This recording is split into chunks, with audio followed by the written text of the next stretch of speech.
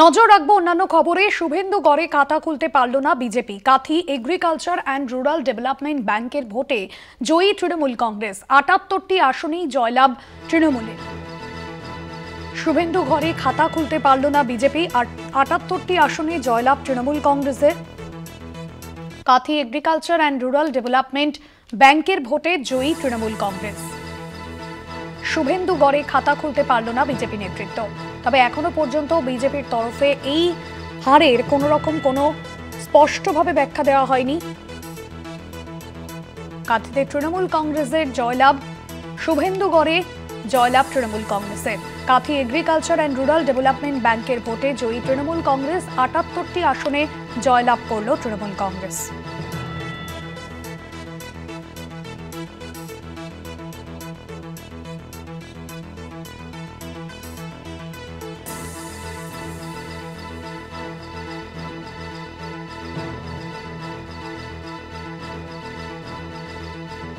সমীরণ সাউ রয়েছেন আমাদের প্রতিনিধি ফোন লাইনে।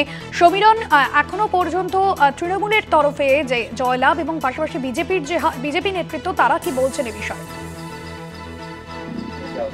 দেখো সত্যি তোমাকে প্রথমেই বলে রাখি যে গতকালই যে কাথির এগ্রিকালচার রুরাল অ্যান্ড ডেভেলপমেন্ট ব্যাংকের যে নির্বাচন, এই নির্বাচন কিন্তু টান উত্তেজনার মধ্য দিয়ে সম্পূর্ণ হয়েছে। কারণ এই নির্বাচন ঘিরে একে যখন তৃণমূল কংগ্রেসের পক্ষ থেকে অভিযোগ হচ্ছিল যে বিজেপির যে সমস্ত কার্যকর্তারা রয়েছে বা নেতৃত্বরা রয়েছে তারা তৃণমূল সমর্থিতদের বিভিন্নভাবে কটূক্তি করছিল, তাদের অশ্লীল ভাষায় গালাগালি করছিল, এমনটা অভিযোগ তৃণমূলের পক্ষ থেকে আনা হচ্ছিল।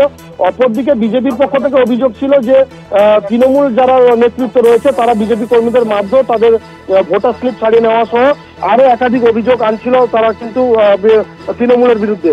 এই অভিযোগ এবং পাল্টা অভিযোগের মধ্যে কিন্তু কড়া পুলিশ নিরাপত্তায় ভোট সম্পন্ন হয়। এই ভোট সম্পন্ন হতেই কিন্তু দেখা যায় যে ৭৮টি আসন, তার মধ্যে প্রথমে ১৪টি আসনে বিনা প্রতিদ্বন্দ্বিতায় শাসক দল তৃণমূল কংগ্রেস জয়লাভ করেছিল। পরে বাকি যে আসনগুলো রয়েছে অর্থাৎ ৫৪টি আসনে কিন্তু নির্বাচন হয় এবং এই নির্বাচনের ফলাফল দেখা যায় ৫৪টিতে কিন্তু তৃণমূল কংগ্রেস সমর্থিত প্রার্থীরা জয়যুক্ত হয়। এরপরেই কিন্তু তৃণমূলের পক্ষ থেকে যেমনটা দাবি করা হচ্ছে যে দীর্ঘ ২৩ বছর শুভেন্দু অধিকারী অর্থাৎ রাজ্যের বর্তমান বিরোধী দলনেতা, তিনি এই ব্যাংকের তিনি চেয়ারম্যান ছিলেন অর্থাৎ সভাপতি ছিলেন। তো সেক্ষেত্রে তিনি কখনো নির্বাচন হতে দিতেন না, গণতান্ত্রিক পদ্ধতিতে নির্বাচন হতো না।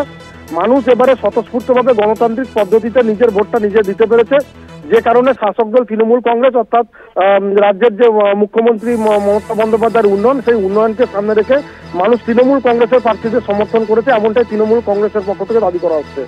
অপরদিকে বিজেপির পক্ষ থেকে বিজেপি নেতৃত্বরা দাবি করছেন যে অবাধ লুট এবং ছাপ্পা এবং যারা ভোটারদের ভোটার স্লিপ ছাড়িয়ে নেওয়া সহ তাদের একাধিকভাবে হ্যারাসমেন্ট করে তৃণমূল কংগ্রেস এই জয়টা গণতান্ত্রিক পদ্ধতিতে জয়লাভ করেনি, তারা এই জয়টাকে ছিনিয়ে নিয়েছে, এমনটাই কিন্তু বিজেপির পক্ষ থেকে অভিযোগ। ভাস্বতী, ধন্যবাদ জানাবো। সমীরণ সাউ ছিলেন আমাদের প্রতিনিধি ফোন লাইনে।